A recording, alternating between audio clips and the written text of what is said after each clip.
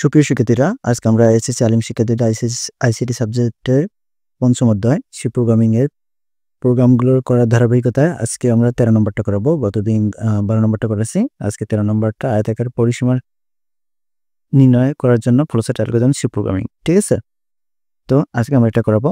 তো প্রতিটি প্রোগ্রামের কিন্তু আমরা ফ্লোচার্ট অ্যালগরিদম সি প্রোগ্রামিং তিনটেই করাই। ঠিক আছে? একেবারেই প্রত্যেকটা প্রোগ্রামেরই আমরা এইভাবে সিস্টেমে করাই। তো এই তিনটে অপশনের মধ্যে আমরা যেকোনো প্রোগ্রাম, কঠিন প্রোগ্রাম, সোজা প্রোগ্রাম, যেকোনো প্রোগ্রাম বুঝতে সুবিধা হয় সবচেয়ে ফ্লোচার্টের মাধ্যমে। ঠিক আছে? এই জিনিসটা বুঝে মনে রাখবেন। ফ্লোচার্ট হচ্ছে সবচেয়ে সহজতম মাধ্যম। তো এখন আমরা এই সি 13 নম্বর আয়তাকারের পরিসীমা নির্ণয় করার জন্য আমরা ধারাবাহিকতায় algorithm, flowchart algorithm C programming তিনটে করব। তো আমরা সরাসরি চলে যাচ্ছি আমাদের বোর্ডে।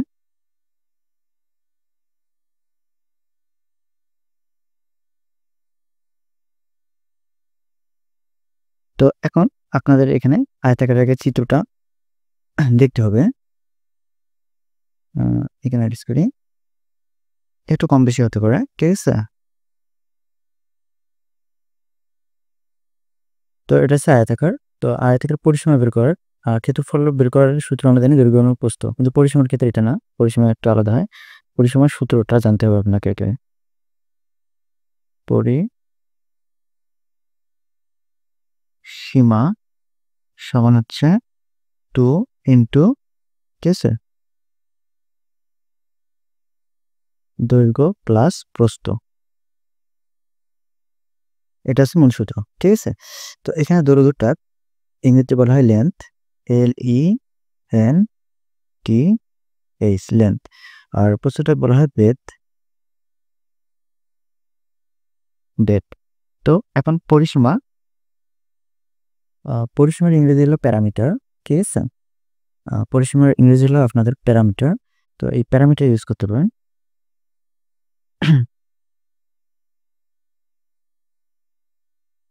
তো এখন প্রোগ্রাম আমাদের সেটা কিন্তু প্যারামিটারের পরিবর্তে আমরা ব্যবহার করেছি, এরিয়া ব্যবহার করেছি। এটা ভুলবশত মিস্টেক হয়ে গেছে টাইপিং।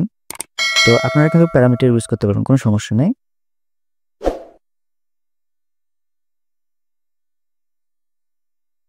তো পরিসীমার ইংরেজি হচ্ছে পেরিমিটার, কিন্তু আমাদের সেটা আমরা এরিয়াটা ভুলবশত ব্যবহার করেছি। যাই হোক, আপনারা এরিয়ার জায়গায় পেরিমিটারটা লিখে নেবেন। ঠিক আছে?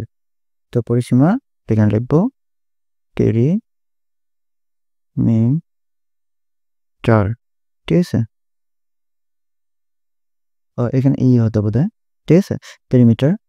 তো এখন এটা হচ্ছে 2 ইন্টু ইন্টু বলতে এখানে এক্সট্রা চিহ্ন ব্যবহার করবো। দৈর্ঘ্যের ইংরেজি হচ্ছে L প্লাস প্রস্থের ইংরেজি নিচ্ছি আমরা বেতের বিটা।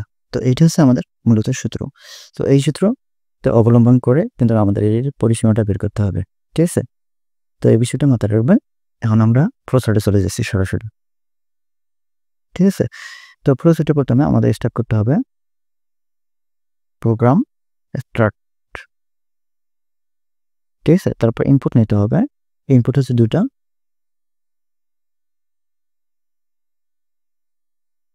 একটা হচ্ছে আপনার লেন্থ, আরেকটা আছে বেথ। ঠিক আছে? দৈর্ঘ্য আর প্রস্থ। তো একটা হচ্ছে আমাদের লেন্থ আর একটা হচ্ছে বেথের প্রস্থর বি।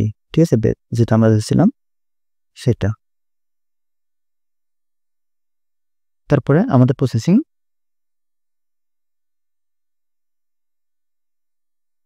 হচ্ছে আপনার পেরিমিটার সমান 2 ইন্টু L প্লাস বি। ঠিক আছে? তো এটা হচ্ছে প্রসেসিং।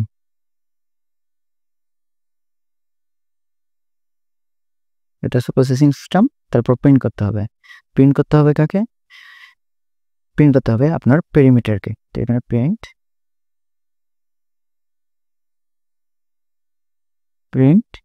পেরিমিটার।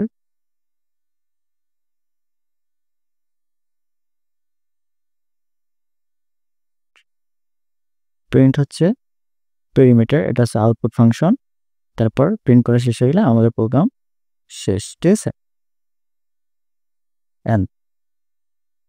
তো এই ছিল আমাদের ফ্লোচার্টটা। ঠিক আছে? তো এখানে আবার বলতেছি আমি যে আমাদের শীটে আমরা এরিয়া ধরেই করছি, ঠিক আছে? অর্থাৎ এরিয়া জায়গা এখানে পেরিমিটার দেওয়া লাগতো, তো ভুলবশত আমরা এরিয়া দিয়েছি। আপনারা এটা পেরিমিটার ঠিক করে নেবেন। পরবর্তীতে আপডেটে আমরা এই শীটটা সংশোধন করব, ঠিক আছে? শুধু এটুকুই একটু চেঞ্জ করতে হবে, শুধু এরিয়া জায়গাতে আপনার পেরিমিটারটা ইউজ করবেন, ঠিক আছে? কারণ যেহেতু এখানে পরিসীমা আছে, পরিসীমার ইংরেজি হচ্ছে পেরিমিটার। আর এখানে এরিয়া লিখলে কিন্তু প্রোগ্রাম ভুল রান করবে না, প্রোগ্রাম ঠিক রান করবে। শুধু এখানে মানটা আর কি, মানেটা আর কি ঠিক রাখলে একটু ভালো হতো, এই আর কি। তো ভুল হবে না, প্রোগ্রাম কখনো ভুল হবে না, তবে আপনারা একটু ঠিক করে নেন এটা বিষয়টা। তো এখন আমরা করবো এর অ্যালগরিদমটা। আমরা এখন সরাসরি চলে যাচ্ছি অ্যালগরিদমে। তো দেখেন অ্যালগরিদমটা আমরা করে দিচ্ছি। তো প্রথমে স্টেপ 1 স্টার্ট, তারপর আছে স্টেপ 2, এটা হচ্ছে ইনপুট। ইনপুট আমাদের দুইটা এফএসএল আর বি, দৈর্ঘ্য প্রস্থ, ঠিক আছে? তারপর হচ্ছে স্টেপ 3, এটা হচ্ছে প্রসেসিং। প্রসেসিং হচ্ছে আমাদের পেরিমিটার। পেরিমিটার ইকুয়াল 2 ইন্টু, ঠিক আছে, এল প্লাস বি, দৈর্ঘ্য যোগ প্রস্থ, ঠিক আছে? তারপরে আমাদের স্টেপ 4, এটা হচ্ছে প্রিন্ট ফাংশন, প্রিন্ট প্যারামিটার, অর্থাৎ পেরিমিটারের মানটা আপনার শো করতে হবে, প্রিন্ট পেরিমিটার। তারপরে স্টেপ 5, প্রোগ্রাম শেষ, ঠিক আছে? এটা হচ্ছে এন্ড, ঠিক আছে? এটা হলো প্রোগ্রাম শেষ অ্যালগরিদম। ও এখানে প্রসেসিং বিষয়টা দিতে পারেন, যেটা আমরা প্রসেস করছি, প্রসেস বা প্রসেসিং দিলে হবে, সমস্যা নাই, ঠিক আছে? প্রসেসিং এই ছিল আমাদের অ্যালগরিদম। এখন আমরা আপনাদের সি প্রোগ্রামটা দেখাচ্ছি। তো দেখেন এখন সি প্রোগ্রামটা দেখাচ্ছি আমরা। ওখানে হ্যাশ ইনক্লুড, আমাদের হেডার ফাইল দিতে হবে, ইনক্লুড stdio.h, তারপর আছে হ্যাশ ইনক্লুড onio.h, ঠিক আছে? তারপর আছে ভয়েড মেইন ফাংশন, তারপর সিন ব্র্যাকেট স্টার্ট। তারপর যেহেতু আমাদের দৈর্ঘ্য প্রস্থ অনেক সময় পূর্ণসংখ্যা বের হতে পারে, আবার ভগ্নাংশ বের হতে পারে, সেক্ষেত্রে আমরা কি করব, ফ্লোট ব্যবহার করব, ঠিক আছে? ফ্লোট মানে হচ্ছে ভগ্নাংশ। আর যদি কখনো কোনো মান যদি ভগ্নাংশ বের করার চান্স থাকে না, মানে ভগ্নাংশ সবসময় থাকবে না, এরকম কিছু মান গ্রহণ করার ক্ষেত্রে হয়, সেক্ষেত্রে আমরা ব্যবহার করব আইএমটি, ঠিক আছে? বা পূর্ণসংখ্যার ক্ষেত্রে, ঠিক আছে? তো এখানে পেরিমিটার,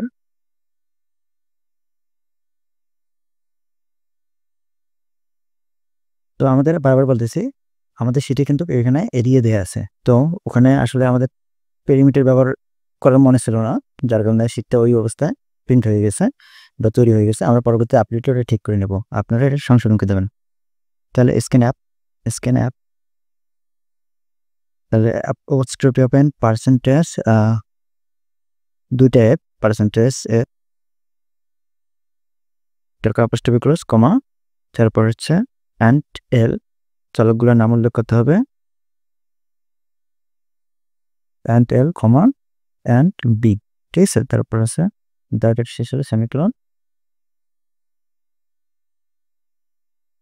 তারপরে আমাদের এখানে কাজ করতে হবে print tape percentage apostrophe percentage, যেহেতু ভগ্নাংশের মান এখানে ফলাফল ভগ্নাংশ বের হতে হবে, এখানে আমরা পার্সেন্টেজ এফ ব্যবহার করলাম, পার্সেন্টেজ এফ হচ্ছে ফ্লোটের কারণে, ভগ্নাংশের কারণে, ঠিক আছে? এখানে যাবো পেরিমিটার, তারপরে সেমিকোলন শেষ, তারপরে হচ্ছে আপনার gate CS function close greater than, ঠিক আছে?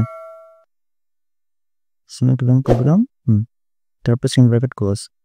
তো এখানে কিন্তু আমরা যেখানে বোর্ড রেট লিখতেছি এগুলো অটোমেটিক্যালি বড় হাতের শো করে, তো এগুলো কিন্তু ছোট হাতের হবে, তো এই ছিল প্রোগ্রাম। এখন এটা আমরা আপনাদের রান করে দেখাবো কাজ করে কিনা। কিন্তু আমরা কোড যেটা করা আছে আমাদের সেটা হচ্ছে এখানে পেরিমিটারের জায়গায় শুধু দেয়া আছে এরিয়া। ঠিক আছে? তো এটা একটু আপনারা পেরিমিটার দিয়ে করলে ভালো হয়। এরিয়া দিলে কোনো সমস্যা হবে না, ভুল হবে না। ঠিক আছে? বারবার বলতেছি।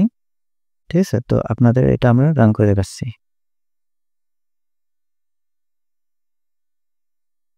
আমরা আগের প্রোগ্রামটা বন্ধ করে দিলাম। নতুন একটা আমরা পেজ নেই, ফাইল নেই, এমপিটি ফাইল। তো এখানে আমরা এটা পেস্ট করে দিই। ঠিক আছে? তো দেওয়ার পর রান অ্যান্ড সেভে ক্লিক করব। এটা সেভ যাবে, আমরা সেভ নেব। ঠিক আছে? দেওয়ার পর রান হবে। আমাদের শিটে যেটা মান দেওয়া আছে আমরা সেটা দিয়ে রেখেছি। সেটা দেওয়া আছে 5 আর 9।